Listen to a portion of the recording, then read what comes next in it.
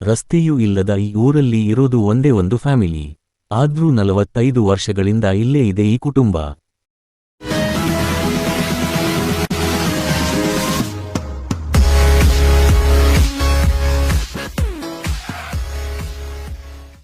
ನಮಸ್ಕಾರ ವೀಕ್ಷಕರೇ, ನಮ್ಮ ಚಾನಲ್ಗೆ ಸುಸ್ವಾಗತ. ವೀಕ್ಷಕರೇ, ನಮ್ಮ ದೇಶದಲ್ಲಿ ಅಚ್ಚರಿ ನೀಡೋ ವಿಷಯಗಳಿಗೆ ಕೊರತೆನೇ ಇಲ್ಲ. ಒಂದೊಂದು ಸ್ಥಳವೂ ವಿಶೇಷತೆ. ಇಲ್ಲಿನ ಊರು, ನಗರ, ಹಳ್ಳಿಗಳಲ್ಲಿ ಏನಾದ್ರೂ ಒಂದು ವಿಶೇಷತೆ ಇರುತ್ತದೆ. ಅದರ ಬಗ್ಗೆ ತಿಳಿದುಕೊಂಡರೆ ಹೀಗೂ ಉಂಟೆ ಎನಿಸುತ್ತದೆ.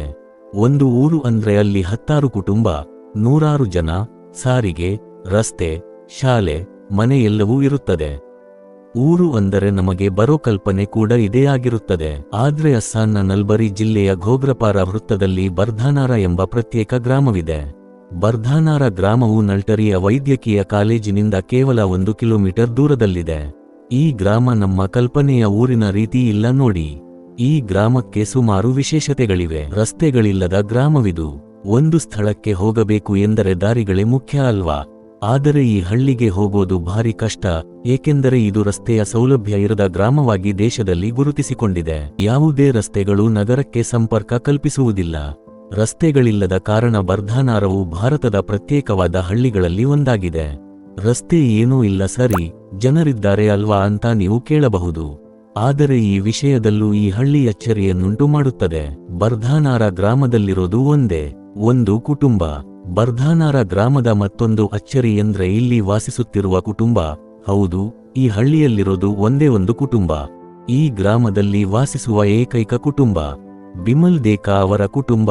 ಕಳೆದ 45 ವರ್ಷಗಳಿಂದ ಕುಟುಂಬದ ಮುಖ್ಯಸ್ಥರಾದ ದೇಕಾ ತಮ್ಮ ಪರಿವಾರದ ಜೊತೆ ಈ ಮನೆಯಲ್ಲಿ ವಾಸಿಸುತ್ತಿದ್ದಾರೆ. ದೇಕಾ ಅವರ ಪತ್ನಿ ಅನಿಮಾ ಮತ್ತು ಅವರ 3 ಮಕ್ಕಳಾದ ನರೇನ್, ದೀಪಾಲಿ ಮತ್ತು ಜ್ಯೋತಿ ಇದ್ದಾರೆ. ಹಾಗಂತ ಈ ಹಳ್ಳಿಯಲ್ಲಿ ಯಾವಾಗಿನಿಂದಲೂ ಇದೇ ಒಂದು ಕುಟುಂಬ ಇಲ್ಲ. 2011ರ ಜನಗಣತಿಯ ಪ್ರಕಾರ ಇದೇ ಗ್ರಾಮದಲ್ಲಿ 16 ಕುಟುಂಬಗಳು ವಾಸಿಸುತ್ತಿದ್ದವು. ಆದರೆ ಈ ಸಂಖ್ಯೆ ಈಗ ಕೇವಲ 1ಕ್ಕೆ ಇಳಿಕೆ ಕಂಡಿದೆ. ರಸ್ತೆ ಇಲ್ಲದ ಕಾರಣ ಬೇರೆ ಜಾಗ ಸೇರಿದ ಗ್ರಾಮಸ್ಥರು. ಸರಿಯಾದ ರಸ್ತೆ ಇಲ್ಲದ ಕಾರಣ 2ನೇ ನಂಬರ್ ಬರ್ಧನಾರ ಗ್ರಾಮದಲ್ಲಿ ಎಲ್ಲರೂ ಇಲ್ಲಿಂದ ಬೇರೆ ಊರಿಗೆ ಹೋಗಿದ್ದಾರೆ. ವರದಿಗಳ ಪ್ರಕಾರ ಸ್ಫೂರ್ತಿ ಕಿರಿಯ ಮಗ ಶಾಲೆಗೆ ಹೋಗುತ್ತಿದ್ದಾನೆ. ದೀಪಾಲಿ ಮತ್ತು ನರೇನ್ ಪದವಿ ಮುಗಿಸಿದ್ದಾರೆ. ವಿದ್ಯುತ್ ಸಂಪರ್ಕವಿಲ್ಲದಿದ್ದರೂ ಸೀಮೆ ಎಣ್ಣೆ ದೀಪಗಳಿಂದಲೇ ಮಕ್ಕಳು ಓದು ಮುಗಿಸಿದ್ದಾರೆ. ಇನ್ನು ಮಳೆಗಾಲದಲ್ಲಿ ಇವರ ಪಾಡು ತೀರಾ ಹದಗೆಡುತ್ತದೆ. ಮಳೆ ಬಂದಾಗ ಗ್ರಾಮದ ಎಲ್ಲಾ ಮಾರ್ಗಗಳು ಜಲಾವೃತವಾಗುತ್ತದೆ. ಆಗ ಈ ಕುಟುಂಬಕ್ಕೆ ದೋಣಿಯೊಂದೇ ಆಸರೆ. ವೀಕ್ಷಕರೇ, 162 ಹೆಕ್ಟೇರ್ ಪ್ರದೇಶವನ್ನು ಹೊಂದಿರುವ ಈ ಗ್ರಾಮದ ಸ್ಥಿತಿ ಕೆಲ ದಶಕಗಳ ಹಿಂದೆ ಬೇರೆಯದ್ದೇ ಆಗಿತ್ತು.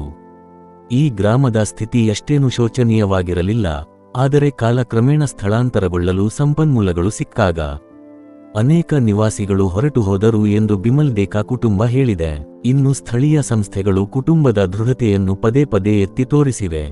ಗ್ರಾಮ್ಯ ವಿಕಾಸ್ ಮಂಚ ಎಂಬ ಸರ್ಕಾರೇತರ ಸಂಸ್ಥೆಯು ಗ್ರಾಮದಲ್ಲಿ ಕೃಷಿ ತೋಟವನ್ನು ಸ್ಥಾಪಿಸಿದೆ.